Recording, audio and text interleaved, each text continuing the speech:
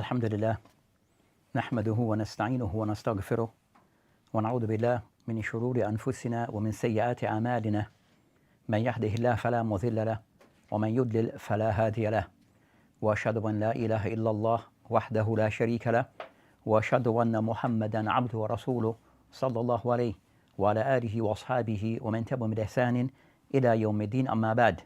So we continue to discuss in the book Nukhbatul Fikr At-Thiqah, Nukhbatul Fikr, that is the original author being that of Ibn Hajar rahimahullah ta'ala. And today inshallah ta'ala that will be now continuing from where we had stopped in the last lesson. And the last lesson we had discussed what is mentioned here in this Tarkhis regarding covering Hadith al-Hasan. So we have covered what is mentioned in regarding Hadith al-Hasan to some extent. So we have covered what is considered to be Hadith al-Hasan, and also those masail, some of those issues and points that relates to Hadith al-Hasan. But before we continue and go forward, that just to add something regarding Hadith al-Hasan.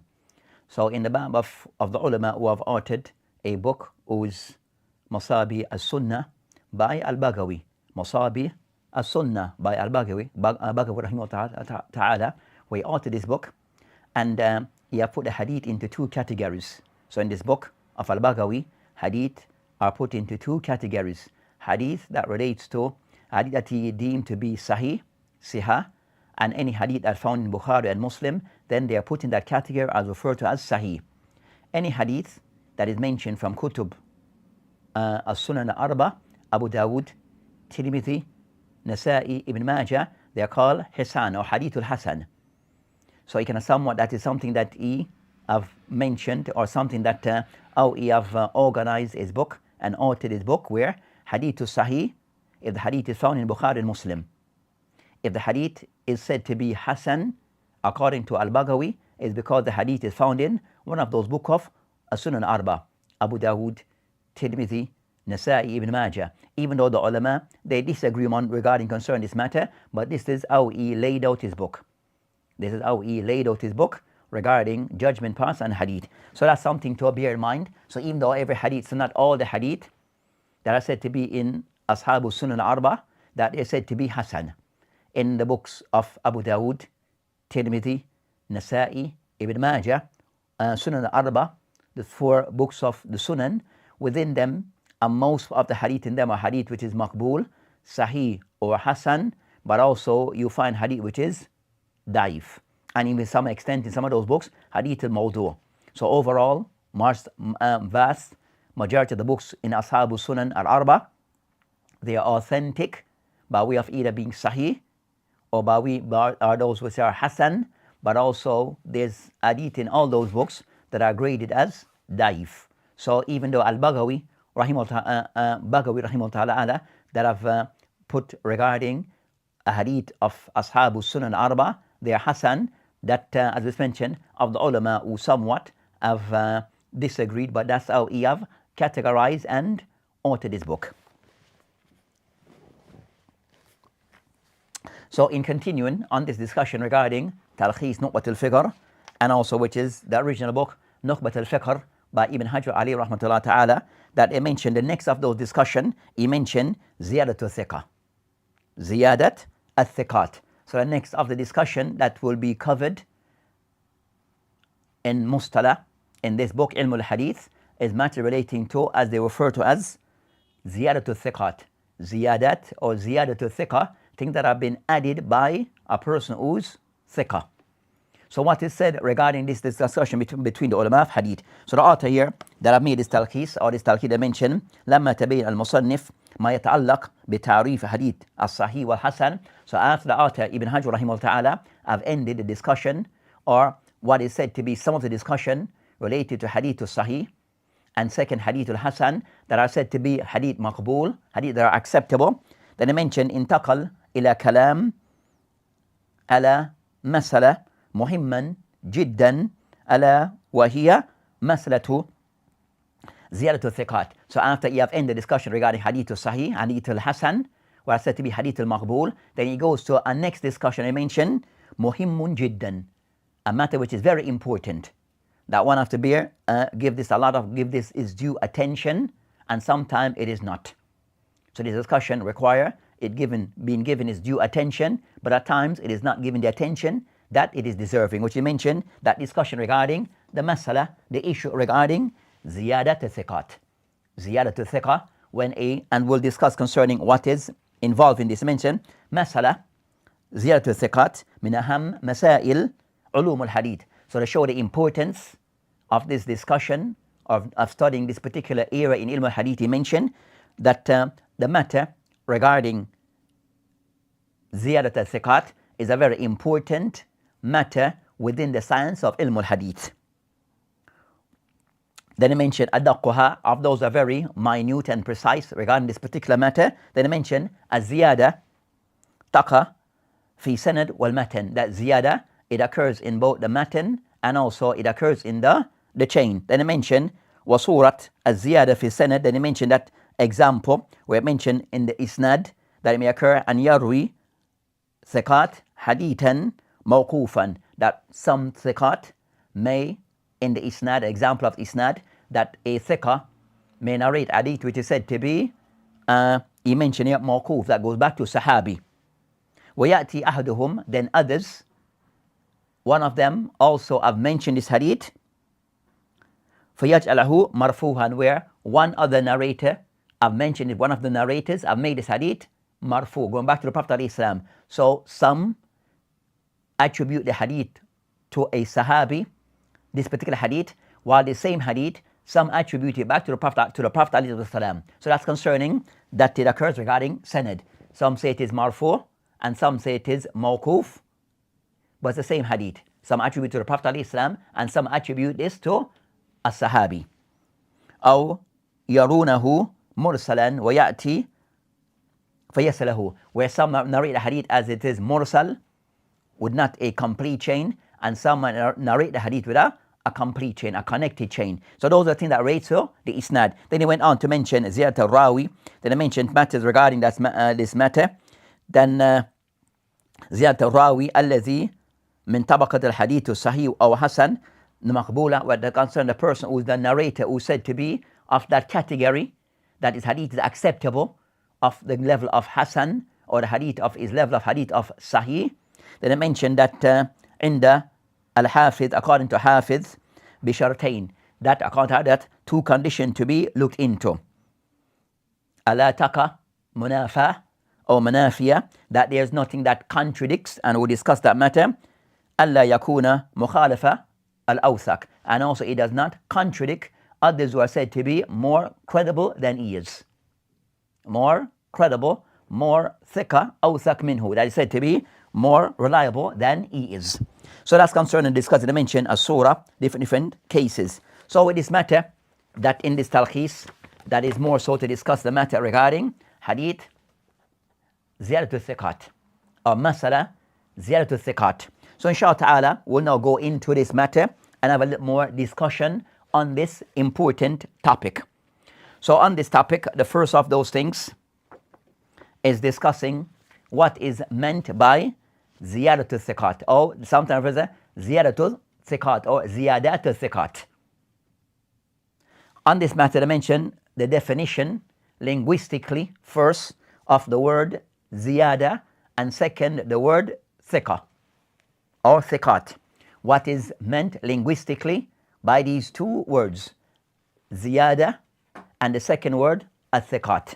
So as for the word ziyada, it means concerning that namu, that something is of increase. That's the linguistic meaning. وَهُوَ خِلَافٌ نُقْصَانٌ, and it's opposite of something being that is decreasing or diminishing. So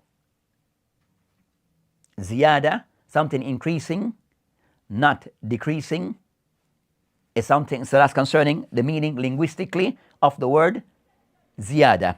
As for the word thiqah or thiqat, that it's a word that they mentioned that a thiqah is said to be of the one concerning that a person يتردد بين أمانة والفهم, that a person is said to be, that a word thiqah, that a person that is of amana, a trustworthy, credible person, and also fahm, the person also of understanding. So the meaning of the word thiqah revolves around amana, mutaman, the person is like trusted, trustworthy, and also al-fahm, and also they have some understanding.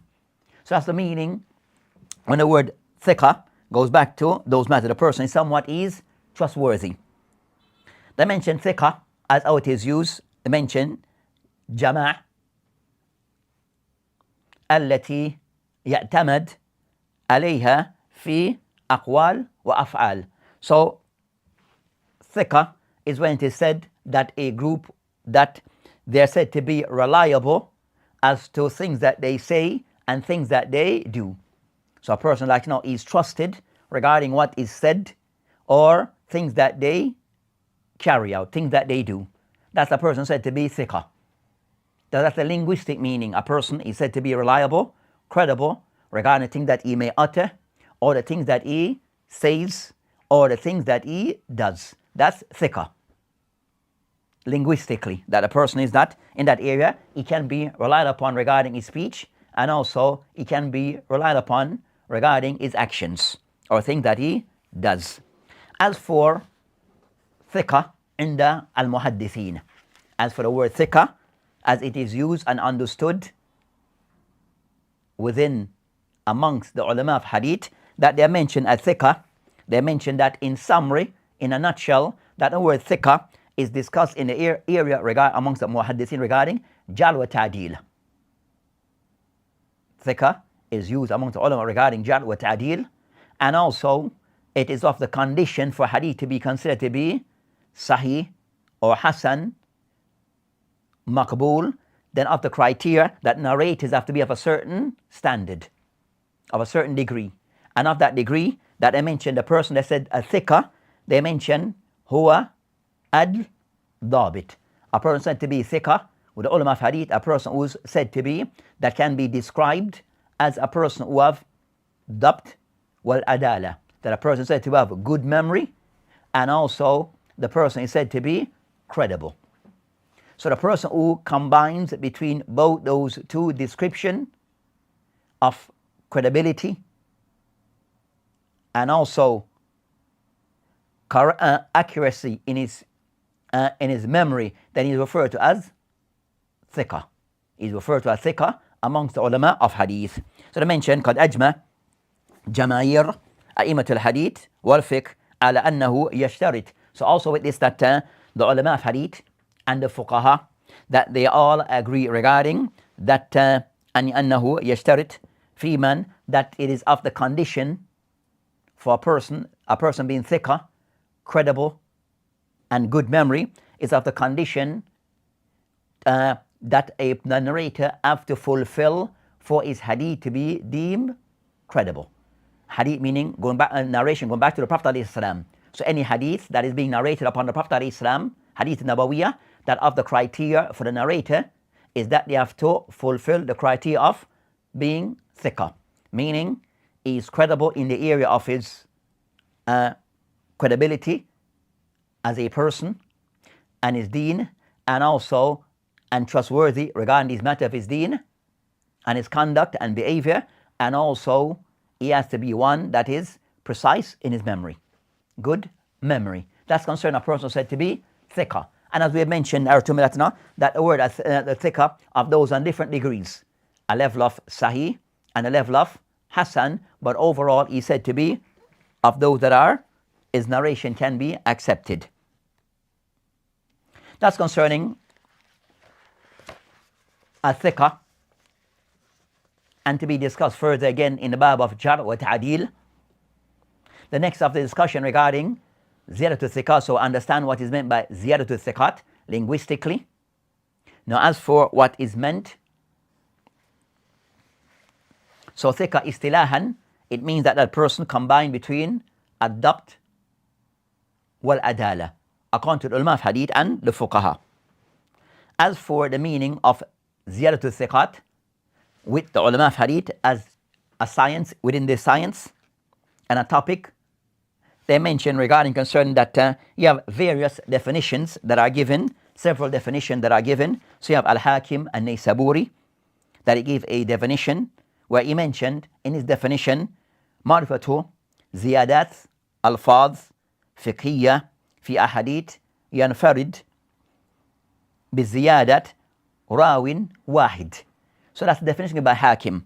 معرفة الزيادات الفاظ الفقهية. We can somewhat mention that it is knowing those additional wordings that is fiqh related that appears in a hadith where there's a person singling out some additional wordings, where one of the narrator is stating things others did not state. That's concerning the definition, what is mentioned by Al-Hakim. Then I mentioned that definition is somewhat critique by way of it is not very comprehensive. That you can somewhat mention that by mentioning it is related to fiqh, where it goes beyond fiqh, and also the narrator must be they mentioned that it didn't specify whether the narrator is thiqah or ghayr thiqah. It didn't specify whether the narrator is said to be thiqah or not thiqah. Then we have Ibn Rajab al-Hanbali. So Ibn Rajab al-Hanbali, rahimahullah ta'ala, that he mentioned here, that his definition here, and yarwi jama', that a narration mentioned by a group, hadith and a group have mentioned hadith, wahid, a single hadith, bi isnadin wahid, with one isnad, wa matan wahid, and the matan, the text is one. So a group that have narrate a hadith, a group of narrators who have narrate hadith, that isnad is the same and their wordings are the same. Matnan wahid fayazid, but one increase ba'd riwat fihi ziyada, but some of the narrators they have added what others did not, or have mentioned what was not mentioned by others. Walam yadhkuruha baqiyat riwat, where the others did not mention this. So some narrators have added or mentioned something additional or mentioned something the remaining narrators did not mention. That's what he gave as his definition. So it's a hadith narrated by a group of narrators, which is the same hadith with the same isnad or with the same text, matan, where some narrators have mentioned what the others narrators did not mention. Again, that definition also they mentioned that is under they mentioned that he didn't specify in this definition whether the narrators are said to be thiqat or not thiqat. It didn't specify whether those narrators are said to be thiqat or not thiqat. Another narration that is given by Ibn Kathir, where Ibn Kathir rahimahullah also gave a narration which is إذا تفرد فإذا تفرد الراوي بزيادة في الحديث أن بقية الرواة أن شيخ لهم. So Ibn Kathir rahimahullah ta'ala, he mentioned that what is said to be زيادة الثقات is definition of this word or this term إذا تفرد الراوي بزيادة في الحديث, that when a narrator have added to the hadith not mentioned by the remaining narrators, whom all share the same sheikh. Who all share the same sheikh. The meaning of what he said. إذا تفرد الراوي بزيادة في الحديث, where a narrator have added to a hadith and بقية الرواة from what is not mentioned by the other narrator, and sheikh لهم, where they all share, where they all coming from or all narrating from the same sheikh. So again they mention إذا تفرد الراوي بزيادة, that he didn't specify or clarify whether that narrator that is coming with this additional wording, that whether he's thiqah or not thiqah. So again they criticize, that's what is mentioned. Manawi, another definition by Manawi. So Manawi that he mentioned is definition as Manawi of an explanation of Nukhbatul Fikr, and a good explanation. So Manawi rahimahullah ta'ala, he has a definition of explanation of Nukhbatul Fikr by Ibn Hajar, where he mentioned that his definition that he states, he says Ziyadat al-adl al-dhabit, that something additional coming from a person, a narrator, who from someone, a narrator who said to be adl and dhabit, /thiqah, that is credible and good memory. فيما رواه عن على غيره من العدول. So I mentioned زيادة العدل ضابط فيما رواه على غيره من العدول. So he mentioned something, the thiqah, that others who are udul did not mention. So he's adding something that is not mentioned by other narrators who are said to be udul. So I mentioned that, so that's of those definition also that is given by others. Those who try to combine between all the definition, they mention the definition is tafarrud, that based upon all those definitions that are given, that the summary of what is taken from all those definitions regarding Ziyad al-Thiqah, it could be explained as tafarrud al-rawi al-thiqah, that a narrator that is thiqah is singled out with mentioning something in the matan or isnadin amma rawahu baqi rawat, from what is not narrated from the remaining narrators, and shaykhin lahum, who all narrate from the same sheikh. So one of narrators, a group of narrators, one who said to be thiqah, that have added or mentioned something that the other remaining narrators of the same sheikh did not narrate. That's the general meaning of what? In the matan or in the sanad, whether in the chain or in the matan. So from this, that's of the definition that is given, that other definition that is put forward, regarding the discussion regarding, as I mentioned, ikhtilaf al-ulama in defining this matter, of the definition that is given regarding what can be said to be Ziyad al-Thiqah, that it is mentioned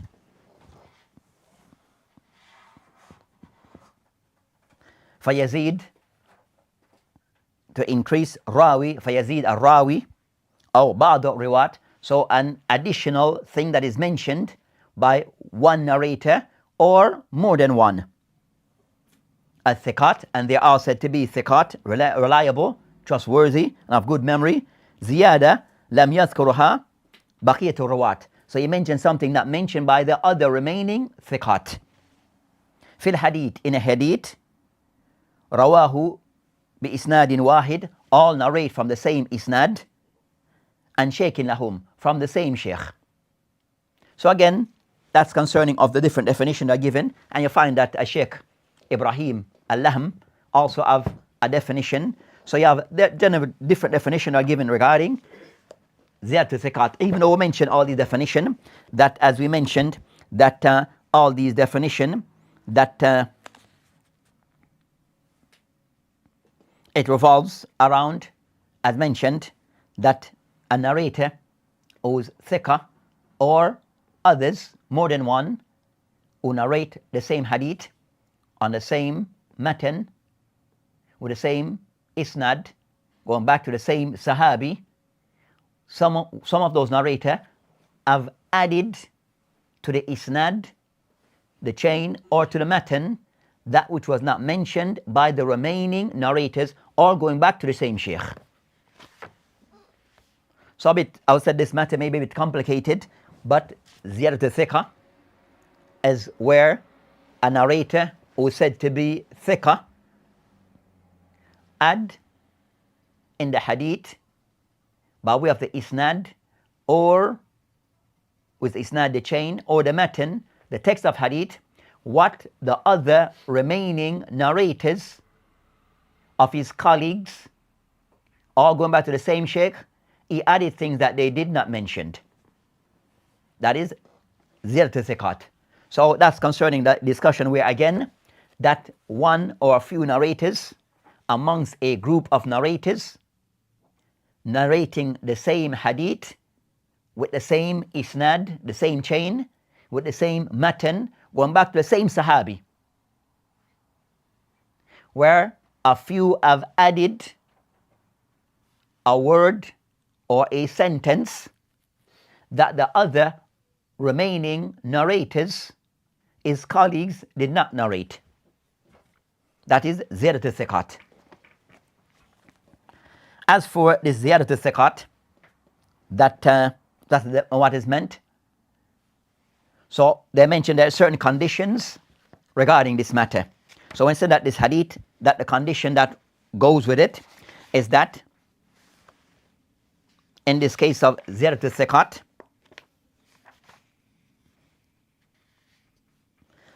that there's one narrator or a few that have added something extra, additional to a hadith that is remaining colleagues of the other narrators did not narrate. That hadith of the same isnad. That hadith, the wording is the same, and the sahabi is the same. So hadith of Abu Hurairah with the same isnad, at some of the narrators and a particular sheikh, he has many students. Some of those students have added additional wording either in the isnad or in the matan that the other remaining students did not narrate. Also, they mentioned that, as we said, the hadith goes back, is not also considered to be mudraj. That statement is not classed as mudraj, something that has been added to the hadith by one of the narrators, but actually not a part of the hadith. So those are the things that have to bear in mind regarding Ziyadat Al-Thiqat. The hadith goes back to the same sahabi, the same isnad, the meaning of the hadith, the wording is the same, but there's some of the narrators on a particular sheikh that some of his students have added either words or sentence that the other remaining students did not add or mention. That is the case of Ziyadat Al-Thiqat. That does not apply to if you find a hadith that the wording is the same by way of the matan, the text of hadith, the wording is the same, but the narrators that narrated from the sahabi, they're two different sahabi. Hadith have one wording, but the narrators of that hadith are two complete different sahabi. One sahabi, Abu Hurairah, and the other sahabi, Abi Dhar. But the hadith is the same. As for the wording, then that's not considered to be where you find that both two narrating the same hadith, but one may have some additional wording and the other did not. Those are considered to be two separate hadiths. Reason being, because they are from two separate sahabi, even though the wording in most part are the same, but one of those the narration of Abu Hurairah, have some additional wordings. The hadith of Abi Dhar doesn't have certain wordings, is considered to be two separate hadiths and does not fall under Ziyadat Al-Thiqat, but considered to be two separate hadith. So it has to be the same Ziyadat Al-Thiqat from the same sahabi. From the same sahabi, the wordings are generally the same, but some of the wordings from some of the other narrators behind after the Sahaba, that they may have added some wordings that other narrators did not add. As we said, this can be, the ulama mentioned that this bab can be somewhat of those discussions that concern hadith, Ziyadat Al-Thiqat. The next matter to discuss that of the thing that to bring our attention to, that Ibn Hajar al-Asqalani, he mentioned this discussion regarding Ziyadat Al-Thiqat after discussing regarding Hadith Sahih and Hadith Hasan. Most books of Hadith of the more traditional, we said like, the ones of Ibn Salah, of those regarding the books of Ibn Salah and all the books that somewhat derive from Ibn Salah, that they'll mention Ziyadat Al-Thiqat by itself, but they mention it, as they mention now, Sadis al-Ashar. It mentioned as the 16th type of hadith. It comes later on. But Ibn Hajar, he mentioned it right after discussing Hadith al-Hasan, after discussing Hadith al-Sahih, then second Hadith al-Hasan, he discussed Ziyadat al-Thiqat. as it's somewhat related to that type of hadith. Ziyad al-Thiqat is attached to matters pertaining to narrators who are said to be maqbool. So that's why he mentioned it immediately after. So for the person to understand that narrators who are said to be maqbool, credible, thiqat, at times they may make errors. And that errors is it within that discussion regarding ziyadat al-thiqat, is an error from them or something acceptable or not?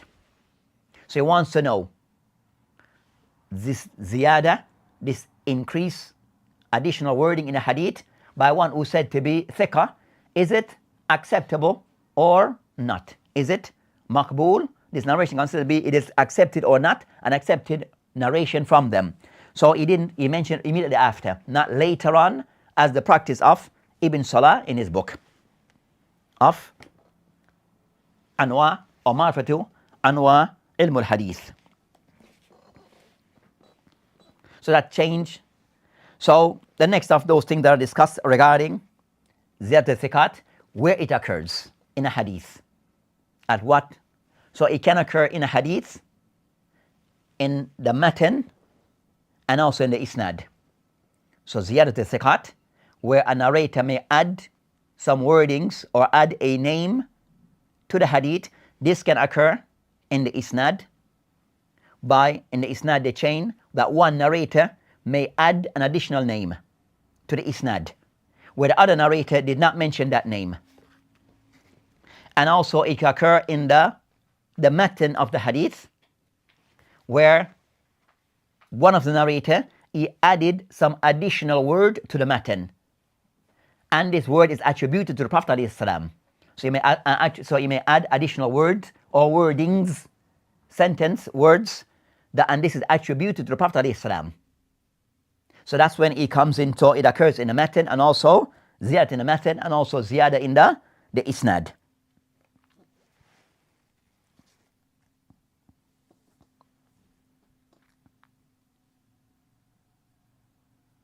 So for example, we just give a quick example of those two regarding Ziyadat al-Thiqah.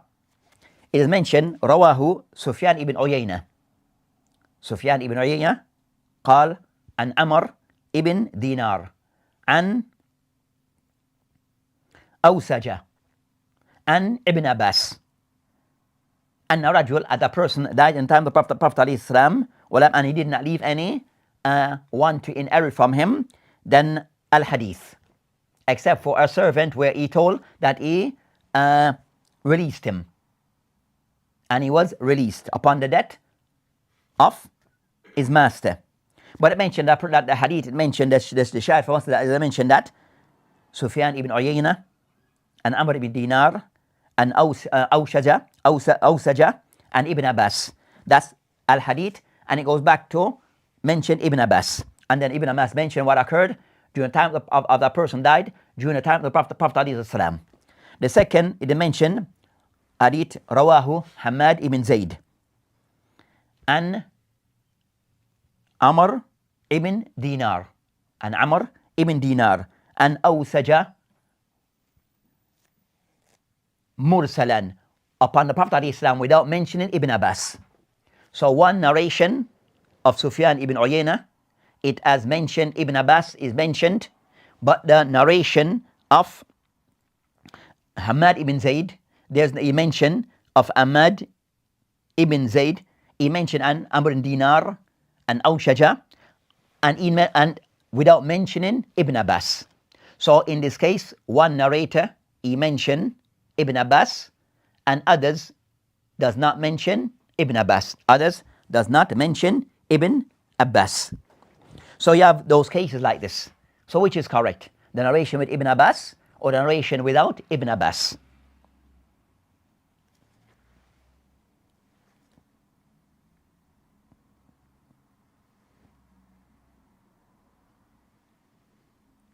So that's concerning of those examples. They mentioned, as we mentioned, that the more renowned of the example that is mentioned as regarding this ziyada, an additional wording in the matan, in the text of the hadith per se, that the example that I mentioned, and Malik, and Nafi, and Ibn Umar رضي عنهما أن رسول الله عليه الصلاة والسلام فرض زكاة الفطر.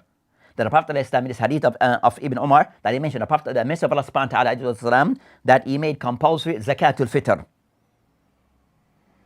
Min Ramadan, for Ramadan.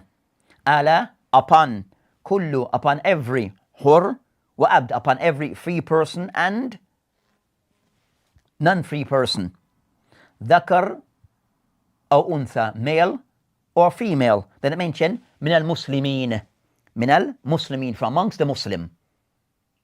So that hadith, it mentioned the Prophet ﷺ made compulsory the payment of zakat al-fitr after Ramadan, for Ramadan, upon every one who is said to be a free person or a non-free person, male or female, from amongst the Muslims. Min al-muslimin. So it made a condition, min al-muslimin. That hadith also, it is raised narrated upon Ubaydullah ibn Umar wa Ayyub as-Sakhtayani and وغيرهما, and other than these two, and Nafi' and Ibn Umar, duna ذكر اللفظ من المسلمين. So you find that the narration that mention that of Malik mention includes من المسلمين. The narration of others, such as Ayyub as-Sakhtayani, also that of Ubaydullah ibn Umar, and all these are thiqat. All these are thiqat. That their narration does not include min al-muslimin. So which one we accept?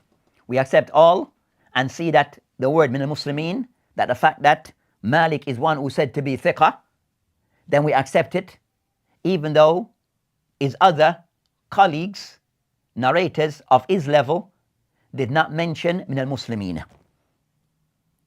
So what to be done in that case? So that's concerned that we refer to as Ziyad al-Thiqat. So this will be an example of Ziyad al-Thiqat, where Malik have added those additional wording, min al-muslimin. Is it to be accepted from him because he's thiqah, even though the others, Ayyub as-Sakhtayani, Ubaydullah, and others did not mention this word? Whom do we accept? Both sides, or one over the other? So that's of those that fall into that discussion. So that's considered an example regarding this matter. The next of the discussion on this is the aqwal of the ulama regarding Ziyad al-Thiqat. Ziyad al-Thiqat, the aqwal of the ulama on this matter. And the aqwal of the ulama, that's many. Or it could be summarized into 3 aqwal. It could be summarized into, even though there are more aqwal on this matter, but of the ulama who hold regarding Ziyadat al-Thiqat, it is maqbool, it is acceptable. So you have of those who mention Ziyadat al-Thiqat, it is acceptable.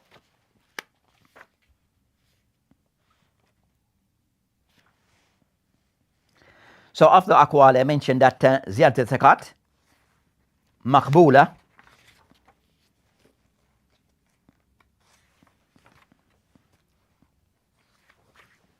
and that qawl is said to be qawl jumhur ulama, al-muhaddithin wa fuqaha. That's said to be the qawl jumhur ulama, amongst them the fuqaha, and amongst them some of the muhaddithin.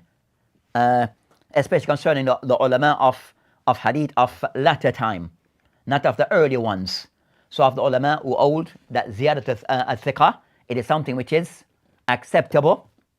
So any thiqah that narrates something that is considered to be acceptable because he's thiqah. So based upon that premise that he's a person who's thiqah, and to see as he have narrated something that others did not narrate, it doesn't mean that he's in error. No, they're in error. It just means that he have additional information those others are not aware of. And I mentioned that it could be a case where the hadith was mentioned more than once, and they got it in that fashion, and he received the hadith in that fashion, with that additional information. But overall, that he's come with something that they did not, he has additional information that they do not possess. So based upon this, because he's thiqah, then it is accepted. So there's an acceptance of this. And as I mentioned, that the ulama of hadith, of many of ulama of hadith, of mutaakhirin, that they have accepted this mutlaqa in all cases. Whatever information that is addition by a person who is said to be thiqah is accepted. And that become the qawl that become more renowned of latter time. A qawl that is taken more so regarding the fuqaha, jumhur of fuqaha, wal usuliyin, more inclined towards that view. But also that of the ulama of hadith, more so the ones of latter time and recent times. Of those who say it is acceptable, sometimes they differ between themselves, where some mention that for them, the difference, that if there's ziyadatul munafa or ziyadatul manafiyah, that if there's nothing that contradicts, he's not saying something that it contradicts others, then it is accepted. But if the contradiction, then it is not accepted. So some will make that as a criteria, that if there's any form of munafa, any form of contradiction, is not accepted. And Shaykh Al-Albani rahimahullah ta'ala, of those who of that put that as a condition, of those who take this view that if there's nothing that contradicts, then it is accepted. A second view of the ulama who takes concerning that it is unacceptable. Ziyarat al-thiqat, it is not accepted. That it is not accepted. As they say, the person I've mentioned that mention what others did mention, and it's one, they are the minority. So based upon this, we accept the view of the majority and not the view of the minority. As the minority, that they are more prone to make error than what is said by the majority. So if we compare, if one narrator or two are saying something that 10 others are not saying, then the 10 who are all said to be thiqat, then they are more prone to be correct than the 2 or the 1 that is saying something otherwise. So I said that in the case of Ziyad al-thiqat, then it's considered to be that it is not acceptable in all circumstances, because the minority are more prone to make an error than the majority. Then there's a third opinion, that as the view that is mentioned by Ibn Hajar rahimahullah concerning the view that is taken by A'immat al-Kibar al-Muhaddithin, and he mentioned Abdul Rahman ibn Mahdi, who died 198, Yahya ibn Sa'id al-Qattan, who died 198, Ali ibn Madini, who died 234, Ahmad ibn Hanbal 241, al-Bukhari, who died 256, Abu Zur'a, who died 264, wa Abu Hatim al-Razi, who died 277, that their view concerned that it goes back to qara'in. They mentioned that they cannot completely say it's acceptable or rejected. It goes back to a case-by-case study. So at times it could be acceptable based upon the circumstance of that case, and at times it could be unacceptable based upon the circumstance of that case. So each is case by case. So they don't say in general it's acceptable and in general it's unacceptable. They say it could go this way or that way based upon qara'in, based upon supporting evidence. So the supporting evidence lean towards, in this case, this one is accepted, but another case is unaccepted, based upon the qara'in, based upon the supporting evidence. And that they mentioned, that's the more correct view. That's the more correct view. So it is based upon a case-by-case study, not generalizing that in all cases is acceptable, or even to generalize that it's acceptable only if there's no conflict, or those who say it is completely in all cases and it is rejected, then they do not per se generalize their hukum, but more it is based upon tafsil, case by case study, case by case circumstance.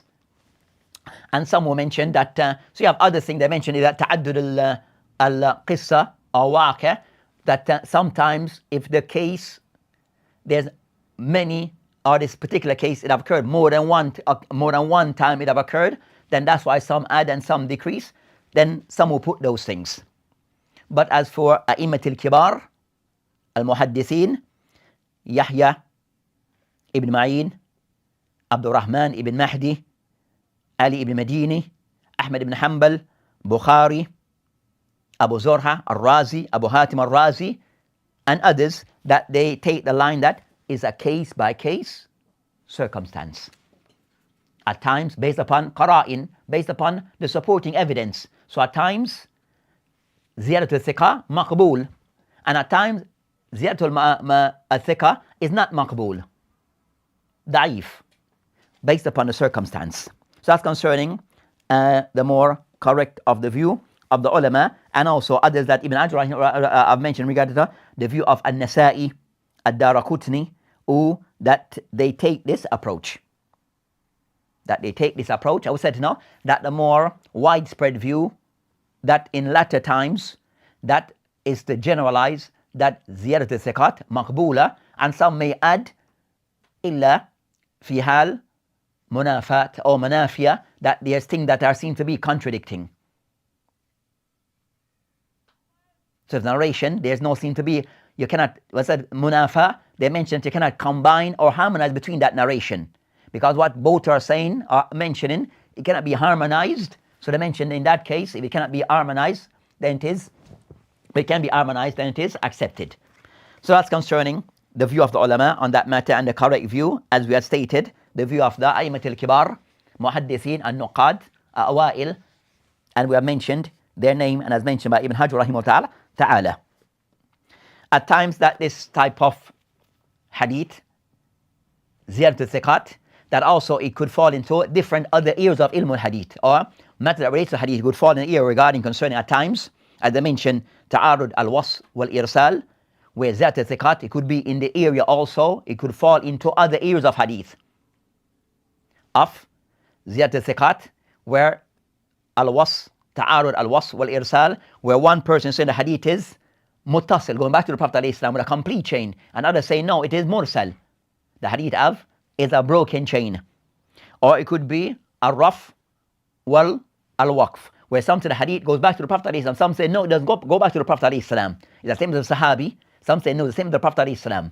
And also it could go regarding concerning matters regarding that, as they mentioned, al-shadh, where the hadith is said to be shadh.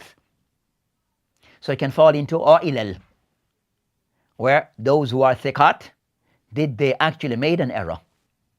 So this is something that it falls into all those different areas. Hadith al-mu'all, hadith al-shadh.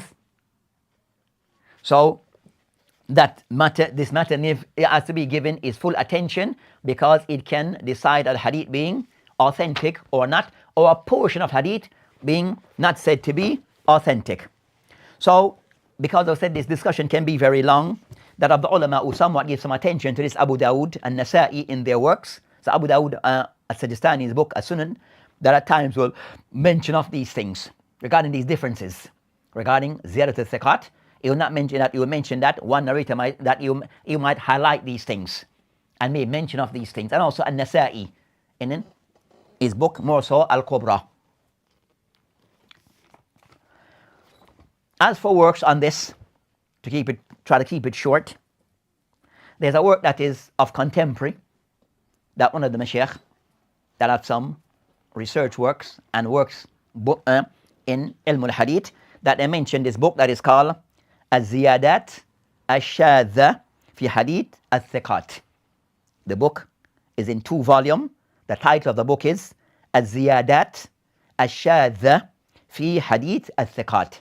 So Ziyadat, additional. So Ziyadat Ash-Shadha, that will discuss Shadha as being that are found in Hadith. So these Ziyadat that are said to be Shad, odd, that are or cannot be reconciled, that are found in Hadith of Thiqat. So these additional things, wording that are found in Hadith that cannot be reconciled. Cannot be reconciled. So he kind of somewhat, he mentioned in introduction certain little principle regarding this matter, regarding that. So these Ziyad, so hukum Ziyad al-Thiqat, as we mentioned, at the khilaf between the ulama on this.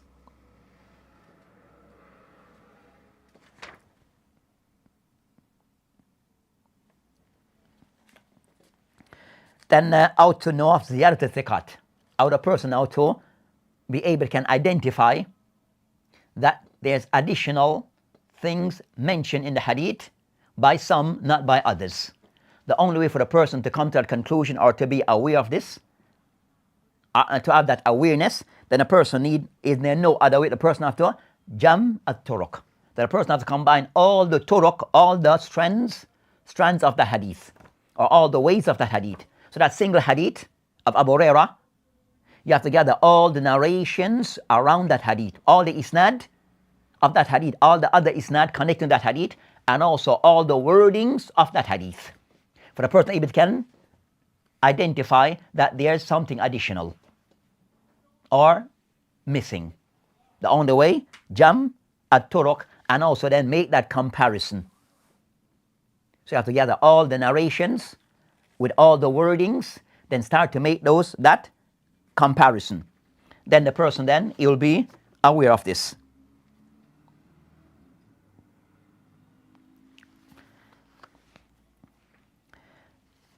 We'll now give some examples. We mentioned that in the books of hadith, that books of mustalah, they'll give certain hadith and of the general example that they mention as the one we mentioned concerning the hadith of Ibn Umar, that regarding concerning Zakatul Fitr. So is the word min al-Muslimin a part of the hadith or not? So with the consequence of this, I said how this now impact regarding matters in general, matters regarding ahkam al-shar'iyyah. So you find that the fuqaha and the usuliyin take a more general approach of whatever a narrator who said to be thiqah may add to the hadith is acceptable with them.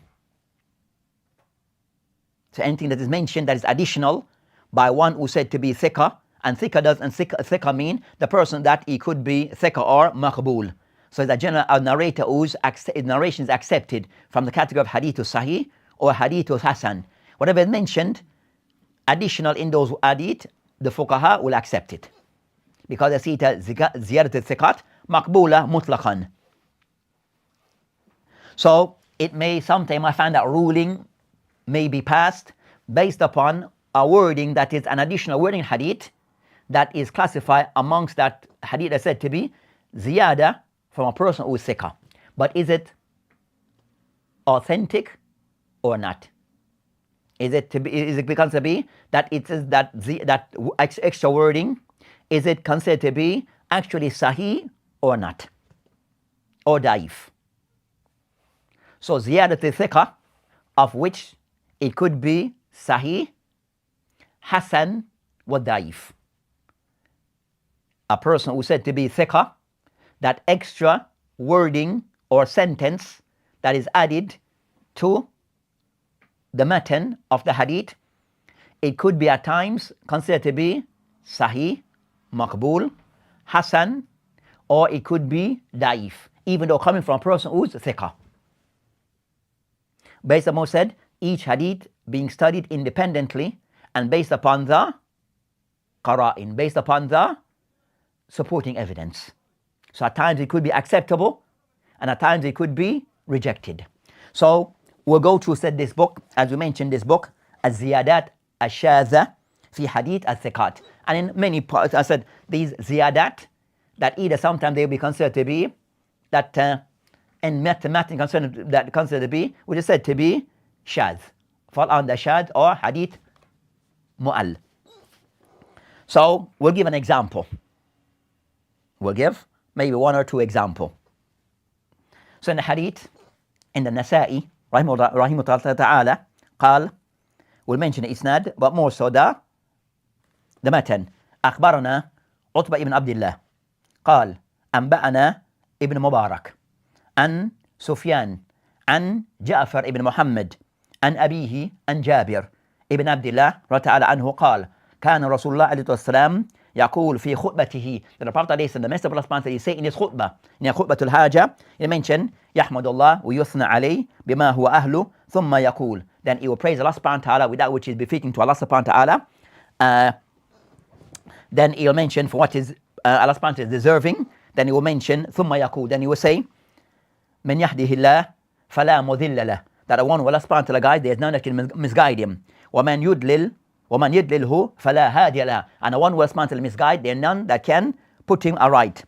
وإن أصدق الحديث كتاب الله, and the best of speech, the book of Allah subhanahu wa ta'ala. وأحسن هدي, and the best of guidance, hadi Muhammad alayhi salam, the best of guidance of Muhammad alayhi salam. وشر الأمور محدثاتها, and the worst of affairs are newly invented matters. وكل محدث بدعة, and every bid'ah and every newly invented matter is a bid'ah. وكل بدعة ضلال, and that every bid'ah is a misguidance. Then he mentioned وكل ضلالة في النار. كل ضلالة في النار. That's the last sentence in the hadith. So this part of the hadith mentioned وكل محدث بدعة, that every newly invented matter is a bid'ah. وكل بدعة ضلال, and every bid'ah is a misguidance. Then the last sentence he mentioned وكل ضلالة في النار, every misguidance is in the hellfire. Every misguidance is in the hellfire. The mention in this, the last sentence وكل ضلالة في النار, that now is under discussion between the ulama of hadith.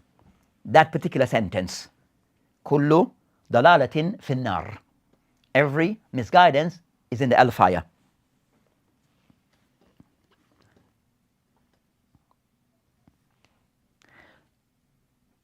Indicating that all bid'ah is in an-nar. So said the last sentence وَكُلُّ ضَلَالَةٍ فِي النَّارِ. The ulama of hadith now, they have mentioned the hadith as for where the source of hadith. أخرجه النسائي في كبرى. Nasai rahimahullah ta'ala, he mentioned the hadith in his book As-Sunnah al-Kubra. Also Ibn Khuzaymah, Abu Na'im في الهلية, في بيابي في القدر, آجوري في شريعة, Bayhaqi in his book Al-Asma wa Sifat, in the book also Al-I'tiqad, wa Ibn Battah in his book Al-Ibana Al-Kubra.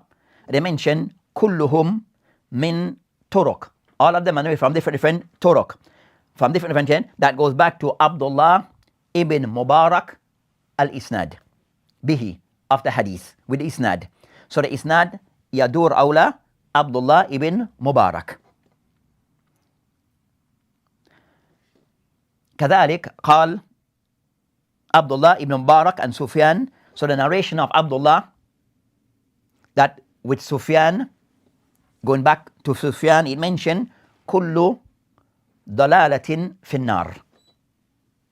Then it mentioned خالفه, of the narrators who go against this, go against Ibn Mubarak. Of those, then started to mention where they did not, the others did not mention كل ضلالة في النار, except for Ibn Mubarak with his isnad. Also of others who have narrated, so you have Sufyan, so the narrators of Sufyan and Jafar ibn Muhammad of that narration, that Jama' who have narrated upon that narration, it mentioned Abdullah, so narration of Ibn Mubarak and Sufyan and Jafar ibn Muhammad, to the end of it, it mentioned about kullu dalalatin fi nar.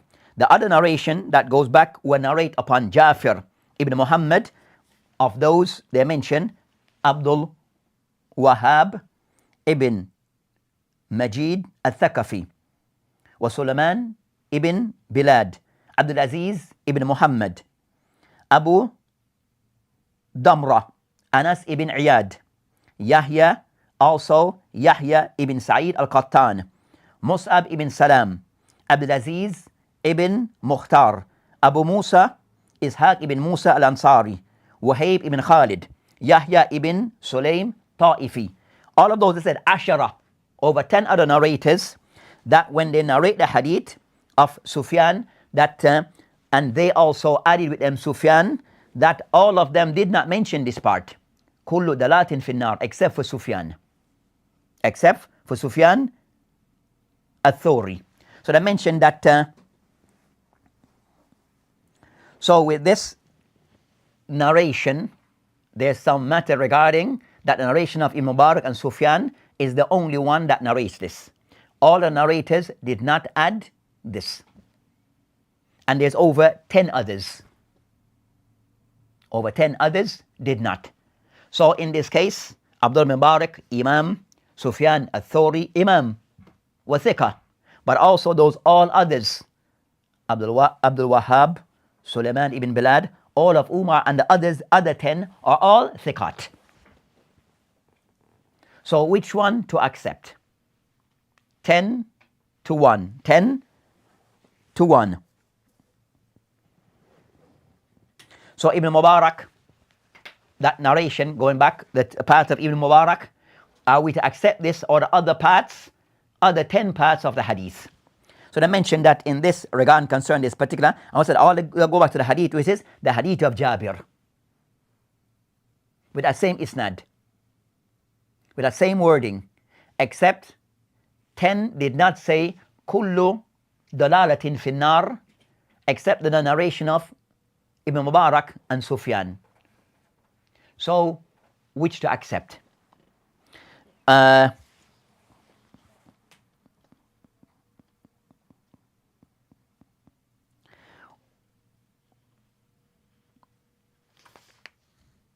So, based upon this, they mentioned that regarding concerning in checking the hadith and all the isnad, that they have mentioned that even Qala ibn Shaykh al-Islam, Ibn Taymiyyah, lam yakun ay Nabi al-Islam, kullu dalatin fi nar. Even Ibn Taymiyyah, rahimahullah, that conclude the Prophet did not say, because a kind of somewhat, they see that the others, they're the ones, didn't mention it, and saying that Ibn Mubarak and Sufyan, that's the only one that mentioned it, that they see that in this case, that they will take precedent or give, they'll make a tarjih, that the correct narration is without it. That all these 10s, then all the 10 narrators didn't make a mistake, but that one narrator, Thiqah, who made the mistake, and not the other 10. And also they mentioned that there's a narration that goes back to Ibn Mas'ud, Mawqufan, where he mentioned this. That he mentioned this. So either some who can something that mentioned it's not, that maybe he got from the Prophet Islam. So, but they mentioned that is mashhur, and what is more famous that is the statement of Ibn Mas'ud, but that's the next narration. But not in the hadith of Jabir, is not in the hadith of Jabir per se, regarding this matter. But that's the statement of Ibn Mas'ud in another narration, but that one is somewhat mentioned here.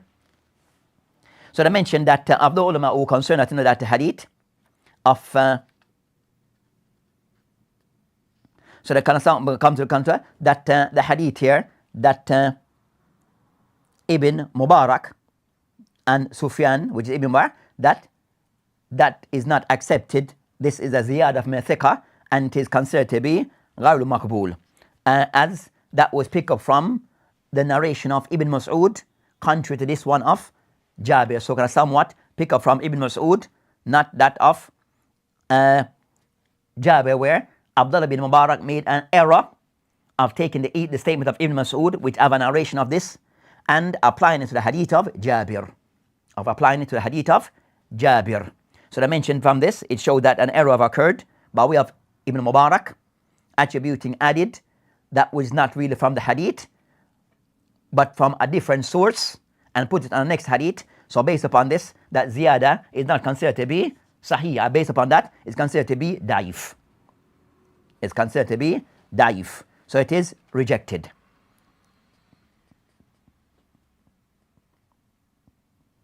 So all others, their narration considered to be, so let's say that in the end, that narration will be considered to be shadh.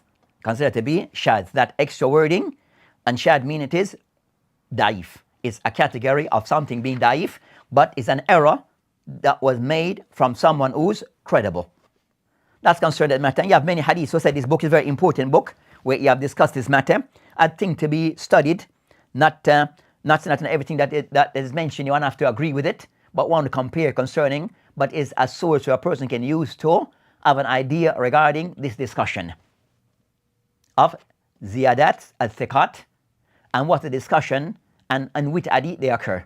Because sometimes maybe hadith that are there that we're unaware that these ziyadat are in it, but we're unaware.